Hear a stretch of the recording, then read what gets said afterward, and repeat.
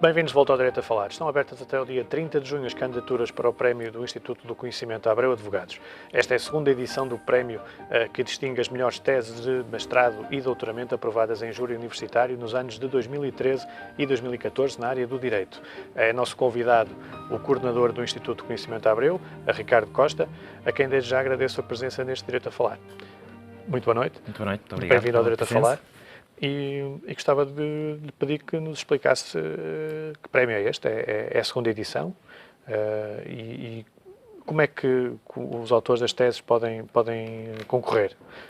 O prémio do Instituto de Conhecimento é, de facto, uma das iniciativas mais marcantes do nosso Instituto, que foi, enquanto tal, fundado em setembro de 2012, no seio da Abreu Advogados, e insere-se na nossa vertente de responsabilidade social. Não é só o Instituto de Conhecimento dentro da Abreu que assume diversas tarefas de responsabilidade social e de compromisso com a comunidade que está no exterior da nossa sociedade, mas evidentemente o Instituto tem essa vertente e assumiu em 2013 com o lançamento deste prémio. Tem algumas características inovadoras, uma vez que pretende galardoar dissertações de doutoramento e de mestrado. E, portanto, nesse contexto, sobe um pouco mais na hierarquia quando se fala deste tipo de prémios que existem em Portugal, nomeadamente que remuneram recém-licenciados. Aqui estamos numa etapa hierarquicamente ao nível académico superior e, portanto, nesse contexto, a nossa exigência e a nossa responsabilidade é maior.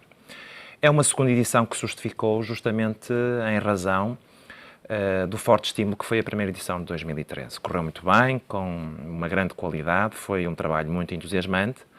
Devemos muito à confiança que nesta iniciativa a Abreu Advogados depositou, mas também, e já agora faço essa referência porque se mantém na segunda edição, a fiabilidade e a excelência do nosso júri, que maioritariamente, ou pelo menos em termos equitativos, como é o caso deste ano, é constituído por pessoas de fora da sociedade e, portanto, nesse contexto trazem não só a sua excelência... Diogo Freitas do Amaral, os juízes conselheiros Benjamin Silva Rodrigues, Eduardo Lucas Coelho, Luís Fábrica, Paulo Tarso Domingos, também outro jurista, e Paulo Teixeira Pinto. Sim, portanto, neste caso há aqui um 3-3 fora e dentro da Abreu, uma vez que os últimos 3 são sócios e consultores da sociedade. Portanto, a ideia de criar um júri que seja composto por pessoas que reflitam a academia, no fundo. Justamente, não só a academia, mas também a magistratura, uma vez que, neste contexto, é preciso também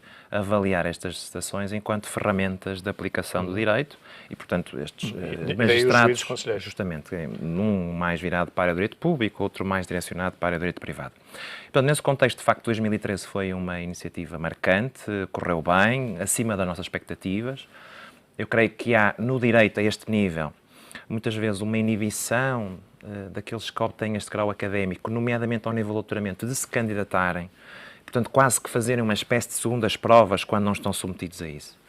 Eu creio que não é por aí, portanto, essa inibição tem que ser vencida, neste contexto de que... É um problema cultural em Portugal? Com certeza que sim, lá fora não é isso que acontece, portanto, as pessoas candidatam-se, obviamente ficam sujeitas a um juízo, é um crivo, mas não é o crivo académico, é um crivo para a atribuição de um prémio, e, portanto, nesse contexto de atribuição, digamos assim, também, de um reconhecimento pelo saber e pela investigação. Portanto, o apelo que faz às pessoas é concorram, não tenham medo de mostrar que sim, valem. com certeza que sim. Eu acho que as pessoas devem ter consciência do valor dos seus trabalhos e devem candidatá-los com... Não tenham problema também de mostrarem o que de bom fizeram. Com certeza que sim. Esse é o nosso contexto de atuação.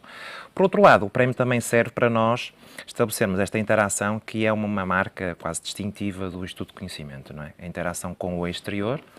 Neste caso é quase um ato de gratidão e de reconhecimento. Nós, profissionais num grande escritório de advogados, dependemos muito daquilo que se pensa, que se sabe, que se escreve, que se reflete, para resolvermos os processos e, portanto, também irmos de encontro às expectativas dos nossos clientes. Nesse contexto, todos estes trabalhos são trabalhos que mais tarde ou mais cedo serão úteis ou poderão ser úteis como ferramentas de aplicação de direito e de resolução dos casos em concreto. Portanto, é essa interação também com as pessoas que passam muitos anos da sua vida a fazer esta investigação e, portanto, não tivemos dúvidas no ano de 2015 em avançar com esta segunda edição. É um prémio bianual, portanto, 2 em 2 anos, e há um valor pecuniário associado a... Sim, na nossa perspectiva isto será feito sempre de 2 em 2 anos, é assim que está trabalhado no seio do nosso Instituto e, portanto, esta segunda edição também permite que, sendo 2 em 2 anos, aumenta o lote de dissertações que podem ser suscetíveis de candidatura, uma vez que estão em causa as teses que sejam aprovadas ou tenham sido aprovadas em júris universitários nos anos de 2013 e 2014. O prazo limite está a chegar ao fim e, portanto, convido todos interessados a fazê-lo até o próximo dia 30 de junho. E além deste prémio, que outro tipo de atividades e iniciativas é que promove o Instituto neste momento? O Instituto vai consolidando a sua atividade que foi fundada em 2012, como disse. Na verdade, a Abreu Advogados é um grande projeto de advocacia. E, nesse contexto, precisa sempre de atualizar, de reciclar e de apostar muito na formação dos seus colaboradores.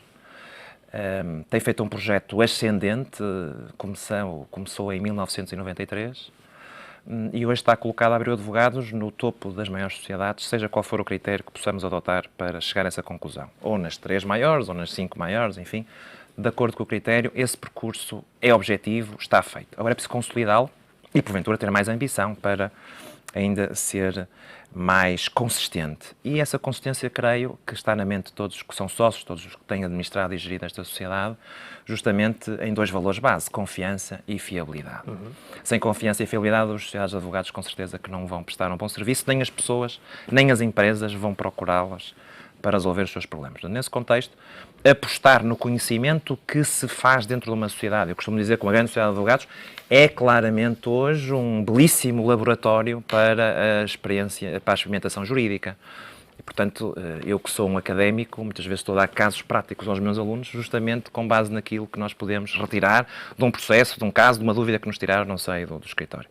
Portanto, nessa situação, essa perspectiva de atualização é muito importante.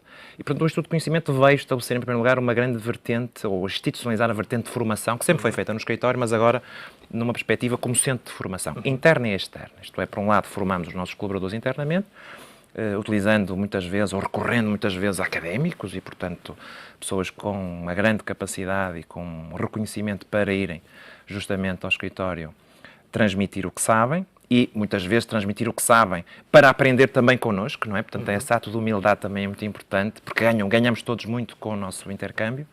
E, por outro lado, uma vertente formativa também externa, ao nível dos congressos, dos seminários, dos colóquios, em vários modelos que temos feito. Por exemplo, o ano passado, conseguimos até, inclusivamente, internacionalizar o Instituto de Conhecimento, fazendo um congresso com uma grande dimensão em Luanda.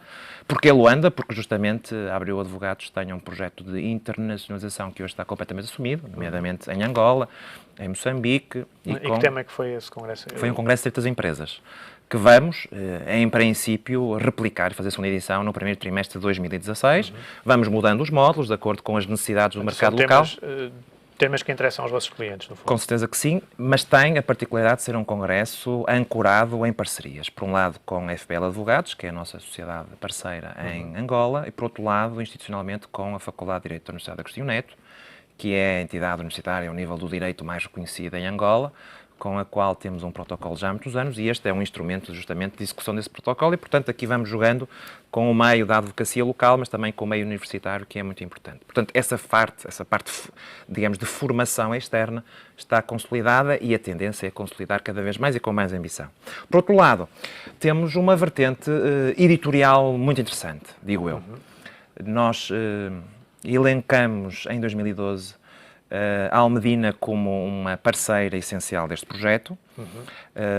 Celebramos um protocolo, a editora jurídica mais conhecida, mais disseminada, que assegura mais divulgação aos seus autores, ao nível do direito, com certeza que sim, e, portanto, esse protocolo estabeleceu-se e deu os seus frutos rapidamente, com uma revista que é a Menina dos Nossos Olhos, à Instância, que completou agora o número 4 relativamente ao ano 2014 e que vai ter a partir de 2015 uma reformatação e uma periodicidade agora anual, com coleções de estudos e monografias em que vamos publicando também um conjunto de diversos estudos de maior fogo dos nossos colaboradores, por exemplo, teses de mestrado, não é? Que são importantes, quer dizer, traduzir publicamente esse trabalho. Muitas vezes o trabalho, o esforço que é feito ao longo de tantos anos na atualização, justamente, quer dizer, são enviadas na gaveta e nunca cerca mais de 80% dos nossos profissionais na Abreu Advogados têm mestrados ou pós-graduações ou os cursos de especialização em Direito?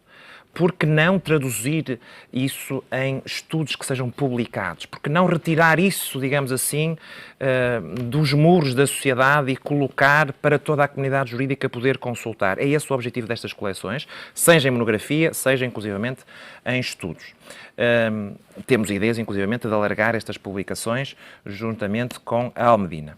Depois também com a Almedina temos uma parte editorial em que conseguimos fazer alguns guias, até inclusivamente de apoio aos nossos clientes. Por exemplo, lançamos o ano passado este Investir no Brasil, com perguntas e respostas para todas as pessoas, nomeadamente empresas, que queiram investir no Brasil, utilizando um conjunto de profissionais nossos na Abreu, de origem, de nacionalidade brasileira, que estão a trabalhar na Abreu e, portanto, trazem esse input fundamental para nós e, portanto, traduzem numa publicação que é um guia, ao fim e ao cabo, empresarial de investimento. Já agora, aproveitando essa vertente editorial, não é bem uma editorial tradicional. Com a própria Almedina temos um fórum jurídico que aproveita a plataforma eletrónica e digital, a base de dados jurídicas da Almedina, para alimentarmos um conjunto de anotações, um conjunto de comentários, a legislação e jurisprudência, o que é muito interessante. São coisas breves, são às vezes meras descrições e guias de uma lei que saiu recentemente, que tem algum impacto e que o utilizador daquele guia fica a saber, em termos muito gerais, o que é que trouxe de novo. Portanto, esta parceria foi para nós muito importante, porque também provou junto da Almedina que é possível fazer uma interação com uma sociedade de advogados desta dimensão, mais consistente, mais permanente, e não ser meramente algo de esporádico, de ocasional, um livro ali, uma intervenção acolá, uma conferência que acaba por se perder enquanto estratégia comum. E, portanto, estamos muito gratos à Almedina, na pessoa do Sr. Presidente do Conselho de Administração, o Sr. Engenheiro Carlos Pinto, que desde a primeira hora nos apoiou e continua a ser um parceiro ideal para esta vertente. Depois temos a vertente de responsabilidade social, onde está justamente hoje o prémio da segunda edição. E em termos de colaboração com a Abinstância, a equipa da Abreu convidam pessoas, autores de teses, outros juristas? A revista Abinstância tem um conjunto de secções de artigos jurídicos, de jurisprudência comentada, algumas histórias dos nossos advogados, casos práticos, que é uma coisa muito interessante, que é basicamente colocar a experiência em determinados processos, transformá-los em casos idealizados, mas que são retirados da prática e dar uma solução que, em princípio, será a solução que, por exemplo, num processo foi defendida pelos nossos advogados, não é? Se tivermos vencimento, melhor será publicar, porque significa que a tese ou a posição jurídica acabou por ter vencimento. Portanto, geralmente até fazemos como método utilizar casos já transitados em julgado e, portanto, que já foram definitivamente decididos. Tenho uma secção em que tinha a nossa vida, digamos assim, de participação dos nossos colaboradores em várias instâncias, em eventos, em conferências, os nossos méritos, os nossos prémios, os nossos congressos. Vamos reformatar isto, mas também utilizamos a revista para dar corpo aos textos que correspondem àqueles que vêm ao escritório dar, por exemplo, formação. Por exemplo, nestes números temos feito isso, fazemos formações, há professores universitários que vêm ser inseridos nessas formações e, portanto, estabelecer o contacto connosco e depois deixam o texto que acaba por traduzir a sua intervenção e o seu contributo. Eu acho que isso é muito interessante porque, ao fim e ao cabo, o pretexto é a formação, mas depois fica algo para o futuro, como, digamos assim, uma tradução desse seu trabalho. Portanto, esta é, digamos assim, a nossa publicação permanente. É claro que temos as coleções de estudos, onde, por exemplo, foram publicadas as teses vencedoras do prémio de 2013. Por acaso, o vencedor já estava publicado, mas os restantes foram publicados não só nas teses de mestrado, mas também nas chamadas menções honrosas. Da tese Era uma tese que dizia respeito ao mercado de capitais, ao nível de valores mobiliários, enfim, não vou estar agora a dizer em concreto tal como ela estava, mas era uma tese até de alguma forma inovadora. Portanto, acha que este prémio está a ter cada vez mais reconhecimento no mercado? Sem dúvida. E em termos de... Agora voltando à área da formação, em que tipo de áreas é que tem apostado mais? É fiscal, laboral? De que tipo de ações é que tem tido mais... É que tem sentido mais interesse por parte quer dos colaboradores da Abreu, quer dos vossos parceiros, dos clientes e outros parceiros com quem vocês trabalham? Muitas vezes as necessidades são ditadas de fora para dentro, quer dizer, sai uma lei nova, se vem uma tendência jurisprudencial que é agora importante discutir, é um pouco, digamos, quase por reação que vamos... tentam estar atualizados. Justamente, quase até por reação que vamos definindo as nossas tarefas e as nossas ações ao nível temático, não é? Por exemplo, hoje acabamos de concluir uma formação interna sobre o novo Código de Procedimento Administrativo, que foi fornecida pelos nossos colaboradores, pelos nossos sócios, coordenada pela área de Prática de Direito Público e, inclusivamente, foi o pretexto para fazermos uma conferência de encerramento com o Sr. Professor Freitas do Amaral, justamente para balancear os pontos fortes e os pontos fracos desse novo Código de Procedimento Administrativo. Era evidente que se há uma codificação que é tão importante nas relações do direito administrativo entre a administração e particulares, era evidente que tínhamos que discutir isso, tínhamos que perceber quais são as principais inovações e foi mais uma oportunidade para chamarmos alguém de relevo do meio universitário, como é indiscutivelmente o Sr. Professor Freitas do Amaral, para, digamos assim, concluir este trabalho e percebermos quase numa visão um pouco mais macro o que é que poderia resultar de positivo e outras coisas de negativo neste código. Portanto, é um pouco sempre acompanhar para que consigamos perceber que em determinado momento há uma necessidade e nós estamos disponíveis porque temos essa estrutura, temos a máquina montada para... é uma equipa pequena, com certeza que sim, mas é uma equipa suficiente para... Há uma área que eu sei que lhe é cara, que é o desporto. É também uma área onde tem planeadas ações de formação? Sim, até porque a área de prática de desporto é hoje uma área forte, com grande investimento, até em termos pessoais, de recrutamento de advogados e consultores com qualidade e, portanto, estamos sempre atentos para isso. Inclusivamente, quando começamos, fizemos um seminário no escritório que, na altura, versou sobre a questão do incumprimento dos salários no futebol profissional e, portanto, agora estamos, por exemplo, a preparar, porventura, um comentário à lei do Tribunal Arbitral do Desporto, posso dizê-lo em primeira mão, é algo que está a ser preparado entre nós, corresponde a uma expectativa e a uma possibilidade que a própria área de prática pode fazer. Vamos ver se é possível fazê-lo num prazo que seja suficiente para chegar ao mercado uma primeira publicação relativamente a essa lei, que é muito importante, porque é uma lei que vai reger uma nova jurisdição desportiva, como vai ser o Tribunal Arbitral do Desporto. É uma lei emblemática que vai, com certeza, mudar o estado de coisas. Correspondeu a uma evolução que implicou durante muitos anos o trabalho de várias comissões, de várias pessoas interessadas, no sentido de estabelecer uma jurisdição que se pudesse desprender das jurisdições das federações, que pudesse ser uma alternativa à impugnação contenciosa junto dos tribunais administrativos, porque se entendia que essa impugnação teria algumas desvantagens, nomeadamente em termos de celeridade, para estabelecer em definitivo a solução dos conflitos desportivos e, portanto, há aqui uma nova era que se abre com a entrada em funcionamento desse tribunal. Vai haver necessariamente necessidades de aplicação dessa lei e, portanto, várias dúvidas, algumas interpretativas, de aplicação nos casos em concreto e, porventura, nós hoje estaremos em condições, temos uma área de prática forte, para dar algum contributo, nem contributo definitivo, porque nunca há contributos definitivos, mas dar algum contributo para a elucidação dessa lei. Antes de terminar, gostava de fazer uma pergunta. Como é que vê as mudanças na FIFA? Enquanto as mudanças na FIFA vejo-as como inevitáveis, não é? Mas são mudanças fundamentalmente, acho que, de pessoas, porventura, mais do que mudanças orgânicas, uma vez que há um conjunto de práticas, por aquilo que nós vamos percebendo das notícias, já tive a oportunidade de comentar e escrever sobre isso também, há um conjunto de práticas que se tornaram, a certo ponto, de tal forma ostensivas e manifestas que teria que haver atuação ou intervenção de alguém.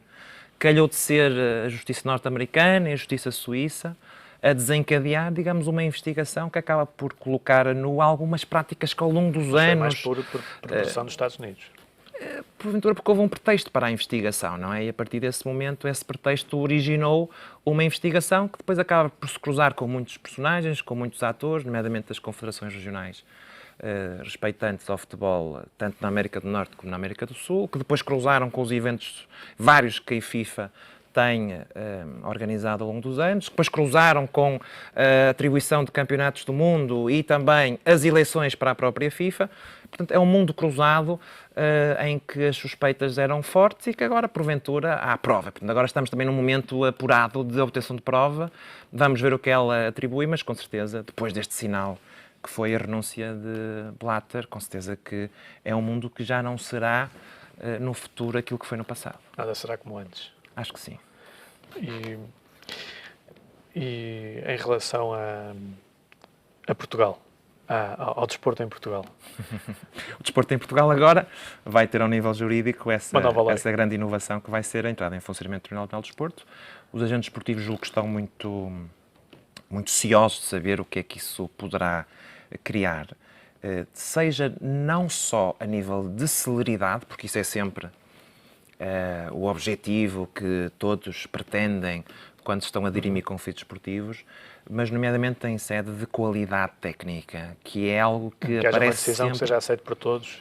Decisões aceitas por todos, isso não existe, não é? Unanimidade não existe, que, muito menos em mas direito. tem autoridade para impor uma decisão que Pois, seja autoridade respeitada. e depois criar algumas linhas de jurisprudência, quer dizer, as pessoas perceberem que podemos não concordar, mas aquela é a linha aceite numa determinada instância jurisdicional que é a instância do topo. Isso é muito importante para dar sinais para as instâncias hierarquicamente na base, nomeadamente nas federações desportivas, como é evidente, e depois percebermos que há aquele entendimento que se tornou relativamente estável. E isso para a segurança, para a certeza na aplicação de direito no seio das competições esportivas é um valor muito importante. Portanto, o Tribunal Arbitral do Desporto, eu estou envolvido também como membro do Conselho de Arbitragem Desportiva, que foi, nesta primeira fase, importante para a seleção dos juízes árbitros e, portanto, fizemos um processo de seleção aturado e exigente justamente para que pudéssemos conseguir um lote de juízes árbitros que, não só ao nível da celeridade e empenho ao Tribunal, mas também ao nível da qualidade, fundamentalmente, pudessem garantir um futuro diferente, nomeadamente no que diz respeito à chamada Justiça Desportiva. Muito bem. Muito obrigado por ter vindo a Obrigado eu, foi um gosto. E nós voltamos na próxima semana com novos temas e com novos convidados.